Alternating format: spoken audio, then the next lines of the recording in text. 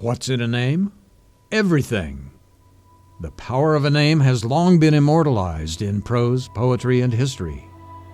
It is your face to the world, your ambassador of quality that reflects your ideals and aspirations. Thompson's, a name, a family, a tradition of excellence. So it is with Thompson's Toyota, where our professional and courteous staff are eager to help you drive home your dream vehicle from the largest selection of new and used Toyota cars and trucks at the best prices. And if your vehicle needs service, our Toyota factory-trained and certified service technicians have the skill and expertise to do the job right and do it right the first time. Thompson's Toyota, where you'll always be treated like family.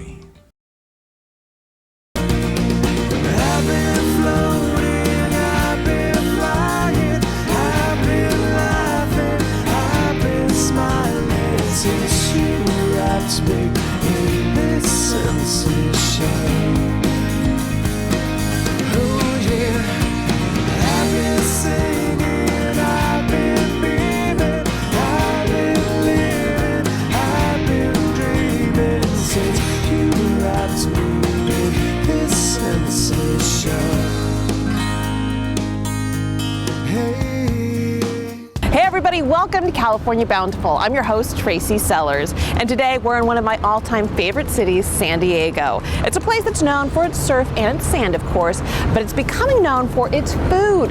That's because there are more and more creative people here doing some really creative things with food. Check it out.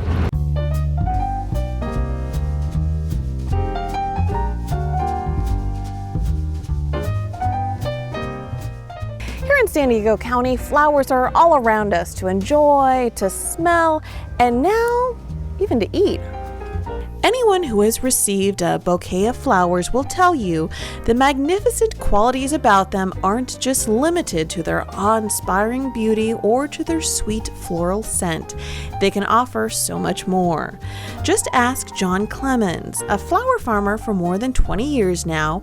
You can step onto his farm in the town of Jamul and think it looks similar to the other dozens of flower farms in San Diego County.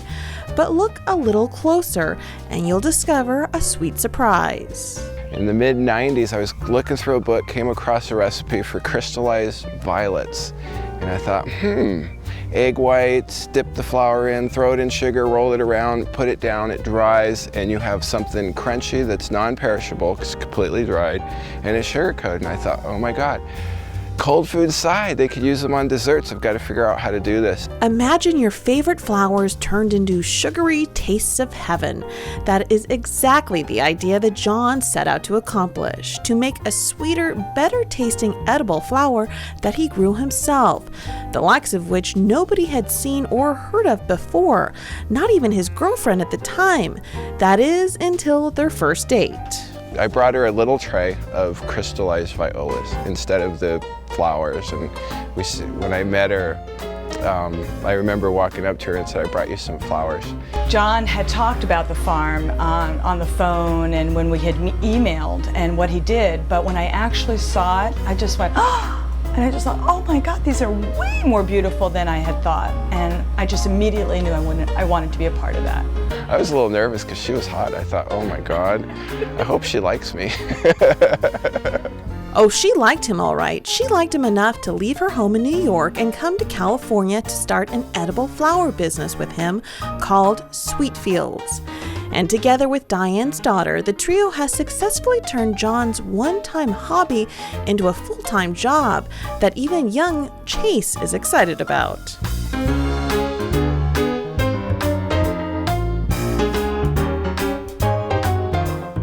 Chase roams the hills, he collects all the rocks, he picks the flowers, and he screams no from every greenhouse.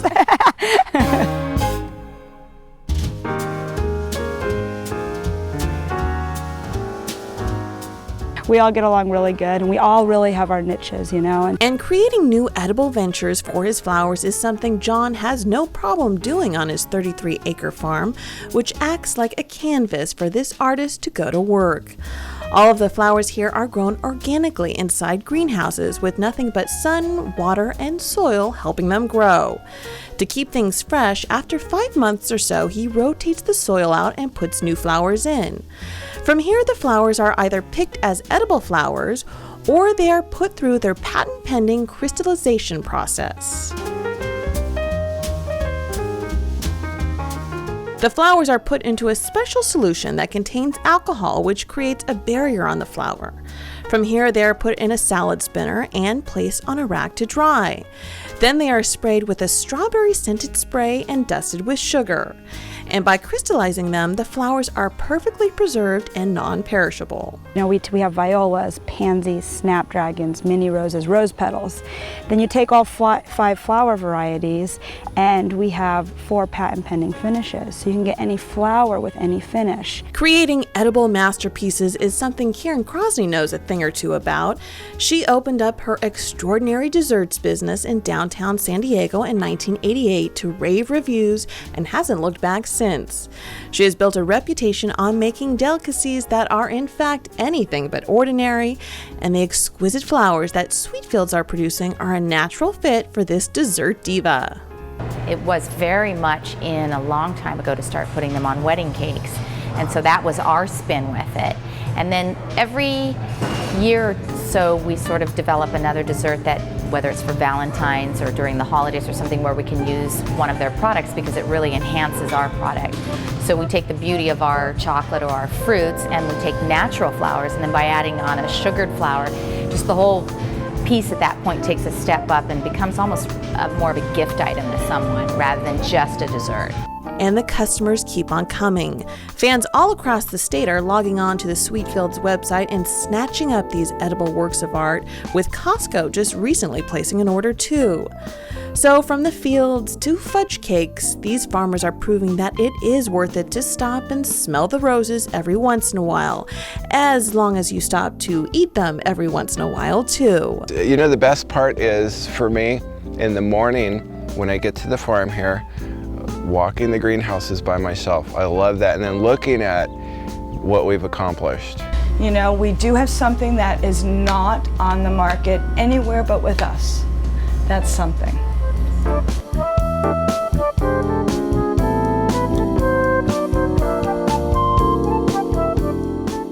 And stay with us. There's more California Bountiful coming right up. Closed captioning of California Bountiful is provided by Agriculture Liquid Fertilizers.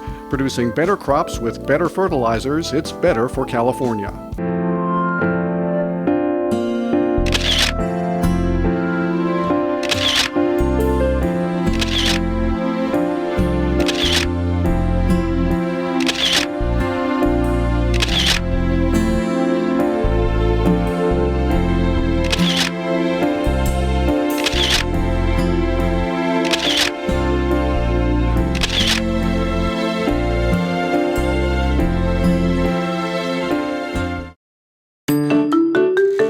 My name is Patrick Mulvaney, and my wife Bobbin and I own Mulvaney's Building and Loan. It's a restaurant, banquet hall, and a catering facility here in Sacramento, California.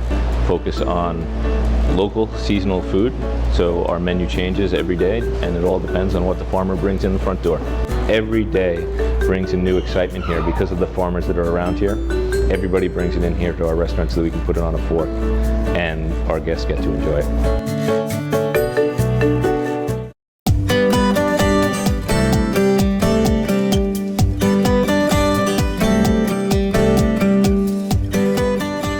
Welcome back to the show. You know, California is known for having a tremendous amount of artisan food makers who are always coming up with new things for us to try, including this one. Check it out.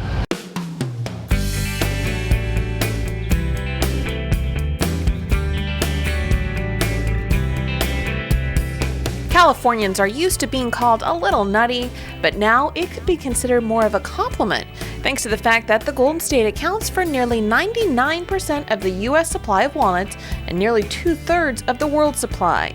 This versatile little nut can be enjoyed in savory and sweet foods and can even be a critical link to having a healthy diet, all of which has made this California treat a lot of new fans. And it's because of that newfound popularity that more and more companies are turning to walnuts for their new products.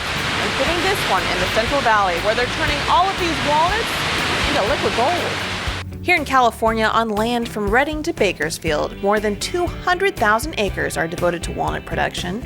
Dan Martinez and his family have been rooted in the walnut industry since the 50s. They call the fertile soil of winters home base and say it is the absolute perfect place to grow one of nature's perfect foods. In particular, in winters, we have, I think, an ideal climate for walnuts. But to stay competitive in the nut world, they've been looking for other venues to sell their walnuts. One of them came just down the road in Woodland at the La Tourangelle Nut Oil Company. It's been great, very dynamic business. We're always looking for people like ourselves who are dynamic and trying new things in the industry. So this is one great outlet for us to have the walnut oil for a place to, part of our crop anyway.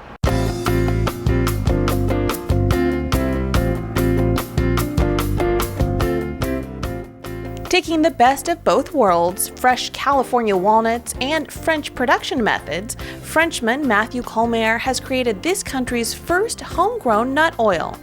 Each batch is unique and handcrafted, following a 150-year tradition that Matthew followed in France.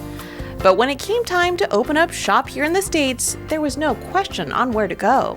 Well, winters is, we're surrounded by walnut trees, so it made sense really to come here. People really like walnut, they know them very well, so it was a perfect area to grow. And I mean, it's California, it's a nice weather. I think I choose a very nice place. Before Matthew's invention, nut oils were strictly imports and thus lacked taste and affordability for most consumers. Matthew says the keys to a superior nut oil are twofold. First, the method is crucial, which involves taking the walnuts from Dan's farm and sun-drying them, shelling, grinding, and then roasting the nuts, all to enhance flavor. And the other secret to success? The walnuts, of course. Well, it's simple. I mean, what we're doing is not only extracting the oil from the walnut, what we're trying to get is the flavor of the walnut in the oil. And that's really what makes the difference in the quality. So what we do is by roasting the nuts, you get the flavor really strong. And so the best walnut you use, the best walnut oil you'll get. So then, using this really nice natural walnuts is getting really, the flavor is great. Well, I think until we arrived here, they could only find that imported from France. So it was expensive. Often it was a little rancid too, because it was so, the time between the production time and it arrives here. So, the fact that it's very fresh, local, makes them, even more excited. And to be local is important too. There's a strong trend today to rediscover, what we have in our backyard. No need to go 5,000 miles away. So, yeah, really good flavor. It's going to be a great product. So every batch is going to be different. That's the thing. So that's why it's a real artisan process. The way they roast it, depending on the freshness, and overall the flavor is going to vary. But that's what you're looking for. You're looking for real quality, and so sometimes you get the best. Obviously, we taste everything we bottle, so to make sure we always provide, the best. So.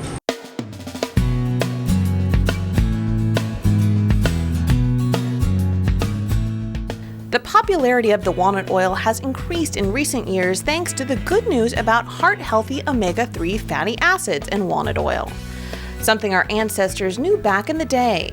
During medieval times, walnuts were actually considered a medicine used to treat everything from muscle aches to digestive problems. La Tourangelle now produces 14 different types of oils, from almond to sesame to pumpkin to avocado oil. But the biggest seller is the walnut oil. More than 15,000 tins are sold every month to retail outlets nationwide and have found a following with chefs looking for a new flavor enhancer. Well, with the walnut oil, it's a very full flavored oil, very nutty and robust. Typically you would want to use that as either a finishing oil or in a vinaigrette. At Roseville's newest and hottest restaurant, Paul Martin's Bistro, Chef Josh Korn says the oil adds a nice nutty pop to whatever he's working with, whether it's veggies, salads, or even main dishes. But more than that, the new product is a way to support their local farming community. Well, that's a way of life for these people. They live out on that farm, they get up before the sun, they get out there and roll up the sleeves and get dirty, and that's their life. So that's why we're so big on supporting those people. That's their livelihood, and anything that we can do to help support them and keep agricultural land for growing we're all about that, whatever we can do to help. This trio is proving you can celebrate the flavors of the season in a variety of ways, all thanks to one little nut and one big idea. If you're not hungry yet, you will be after this recipe. Hi, I'm Emily Lucchetti, the Executive Pastry Chef at Water Bar Restaurant in San Francisco. Today I'm going to make with you a walnut tort that is a really beautiful, beautiful tort, and it's great with fruit any time of the year. Today I'm going to serve it with oranges and vanilla ice cream. Now the first thing we want to do is we have our walnuts here, and I've toasted them ahead in a 350-degree oven for about 10 minutes just so it brings out their flavor and makes them a little bit drier. And I put some of the flour in here, and we're going to grind them together to get them to be nice and smooth. Now you never want to grind nuts up by themselves because they'll end up like walnut paste, like peanut butter, where the flour just keeps it dry and it'll just make them so they're nice, beautiful walnut pieces.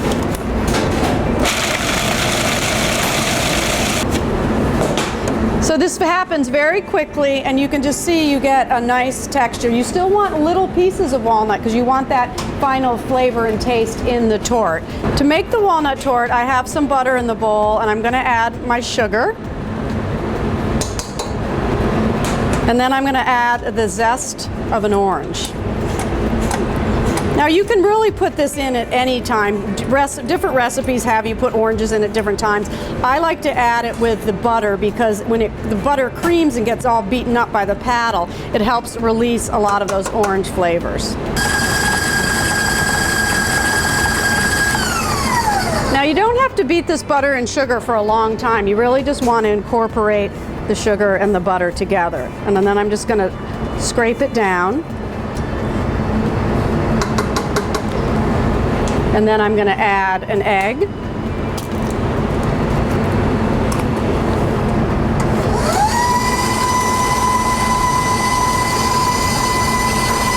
And then 2 tablespoons of dark rum. And then I'm going to add the rest of my flour and the ground up walnuts.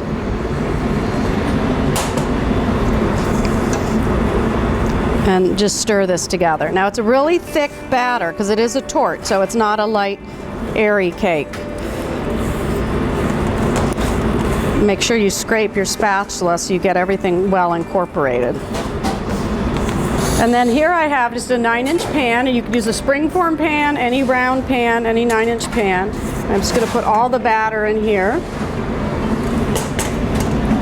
And then we're just going to spread it out. I like to line my pans with parchment paper as well as spraying them because it makes the cake much easier to get out of the pan. And opposed to flouring it, you don't have the kind of flour residue on the cake. Now I'm going to bake the tort in a 350-degree oven for about 20 minutes, and you just want to put a skewer in and have it come out clean. You don't want to overcook this tort because then it'll taste dry. Now here's our finished walnut tort, and I'm just going to take a piece, put it on the plate, put a nice scoop of ice cream on top, and then spoon some of our orange segments. And you want to get a little bit of that juice too, because that helps tie the whole dessert together. And then you have a beautiful walnut tort that in different seasons you can serve with raspberries, you can serve with peaches. Any fruit goes great with walnuts. And if you want to try and make that recipe at home, you sure can. Just go to our website at californiabountiful.com and click under the recipes section. And stay with us. There's more California Bountiful coming up.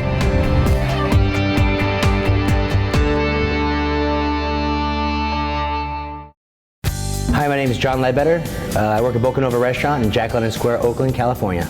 I love cooking with simple ingredients, seasonal ingredients. I like using the right things at the right times, and I like to do 10 ingredients or less, preferably always. What we do in this business is we highlight food, and you can't highlight food unless you're using the best of what you can get. And if you can't do that, you should either try to do it or you should go do something else. In the nation, our agents are always there, helping make sure that when your life changes, your nationwide insurance coverage changes too. We put members first because we don't have shareholders. Join the nation where protection is personal. Nationwide is on your side. To learn more about the nation where Farm Bureau members can save on their auto insurance, call 877-ON-YOUR-SIDE or visit www.nationwide.com today.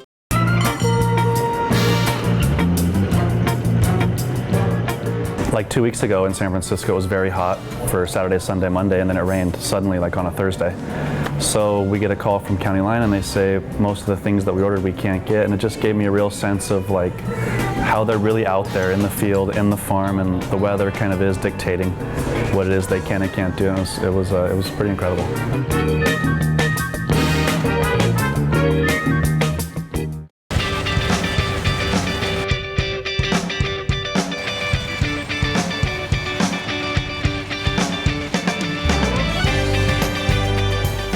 On any day of the week, you can bet that East Sacramento's newest restaurant, One Speed's business, will be zooming along at a pace that even Lance Armstrong might be jealous of. Owner and chef Rick Mahan says the eatery is a showcase of his love affair of both bikes and pizza, which is evident in almost every pie that he works on here. A distinctly Italian-themed menu is in place, which depends almost entirely on one ingredient to keep people coming back for more. Right after the pizza crust itself, you know, tomatoes are right there next in line. So, and I'm just a big tomato guy. You know, it's a good thing I'm living in Sacramento, right? Indeed, California is a great place to enjoy tomatoes, whether they be fresh, heirloom, or processed. In fact, processing tomatoes are so big here in California that no matter what state you live in, when you add ketchup to a burger or mix in some tomato sauce to your meatball sandwich or slice up that pizza, you could be 99% sure that it came from California. And that's because 99% of processed tomato products consumed in the entire United States come from tomatoes grown right here in California. You see, before they can make it into Rick's Pizzas, the life of a processing tomato starts here at farms like Bruce Rominger's in Yolo County.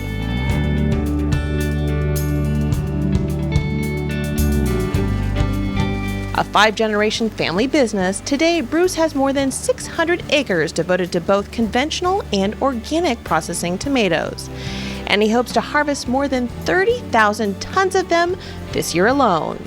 Well, these tomatoes were transplanted in early April of this year. We buy little transplants from a greenhouse. We select certain varieties that are suited to the cannery, that they want for the product they're making. We plant them at a certain date here to match the maturity to when the cannery wants us to harvest them. Now, these harvesters just pick one time through. They pull the whole vine out of the ground, they shake the tomatoes off gently, separate them from the vines, any dirt or anything like that. We have some sorters to take out any broken tomatoes or any dirt, they're green tomatoes. Load them right in the trailer and they're off to the cannery immediately. So these tomatoes, within just several hours of when we pick them, they're in the cannery being processed. All right, this variety tomato is a Heinz variety. It's called 9663. And all the varieties we grow are bred to ripen all at the same time. You see that there's probably 98% of these tomatoes are dead ripe at the same time. And so that makes a nice one-pass mechanical harvest possible. And they're a similar shape and type as what a lot of people call a Roma tomato that you do see in a grocery store. This is what we like to send to the cannery. And although they may not be the most glamorous of crops, processing tomatoes are one of the most important ones here in Yolo County and across the state too. California supplies the nation with a wide variety of tomato-based products, many of which are processed here at Pacific Coast Producers in Woodland, where timing is of the essence.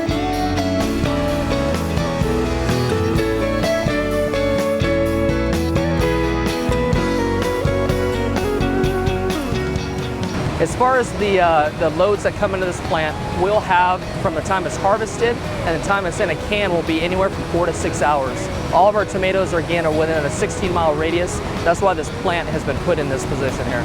It's like a well-oiled machine here as tomatoes are systematically taken through a maze of being washed, sorted, sliced, diced, pureed, and canned into some of our favorite tomato-based products. More than 500,000 tons of them are taken through here every year. But interestingly, the amount of tomatoes used for processing depends on the final product. For example, it takes about 6 pounds of the produce to make 1 pound of paste. Americans eat about twice the amount of processed tomatoes than any other country. Consumption continues to be strong thanks to their taste, versatility, and numerous positive health reports. Unlike other fruits and vegetables, when they're cooked, they tend to lose some of their nutrition. Tomatoes are the opposite, which has researchers at places like UC Davis studying up on the popular produce item. The great thing about tomatoes is that they're loaded with vitamins like vitamin A, vitamin C, and they're also full of these compounds called carotenoids. Most people heard of lycopene, and that lycopene has gotten lots of attention because of prostate cancer and also in vitamin A. But some of the research studies now are looking at it differently, say, hey, lycopene's great, but there's much more to it now. For this part of our study, we were just trying to test how your arteries would change over time using this ultrasound before and after treatment with tomatoes over 6 weeks. So whether you eat tomatoes for your health or just for fun, folks like Bruce are hoping you eat them for a bigger reason, as a way to support your local farming community, which in turn supports you. Well, I tell people it's really the essential industry that we have in this country, or in the entire planet, really. It's the basic thing that we all need to survive, and you can't take it for granted. You can't just look at the grocery store. You have to have open fields, farmers, farm workers to make it all happen, to feed all of us. So it's really essential. Everybody else couldn't do the jobs they're doing if they didn't have somebody else providing their food for them every day.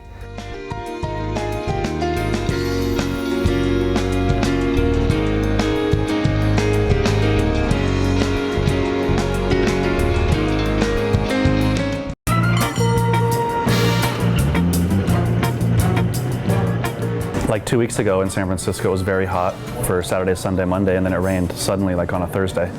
So we get a call from County Line and they say most of the things that we ordered we can't get, and it just gave me a real sense of like how they're really out there in the field, in the farm, and the weather kind of is dictating what it is they can and can't do. And it was pretty incredible.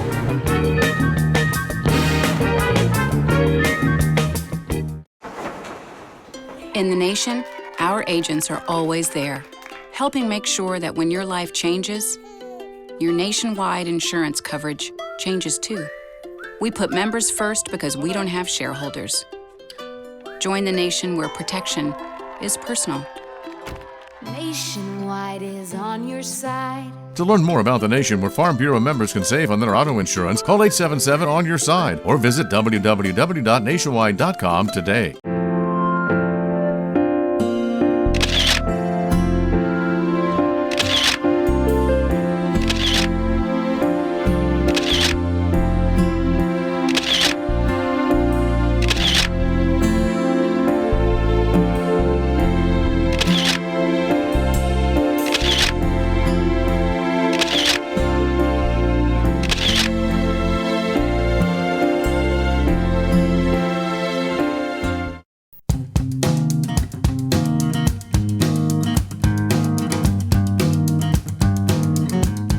Well, we're all out of time for today's show, but if you'd like to see the recipes or the stories on today's show, you can check it all out at our website, californiabountiful.com. And if you get a second, go to our Facebook page. We're always posting new photos on there, so you can go on there, give us a like, let us know what you think about the show, and we'll see you again next week on California Bountiful. Have a good one.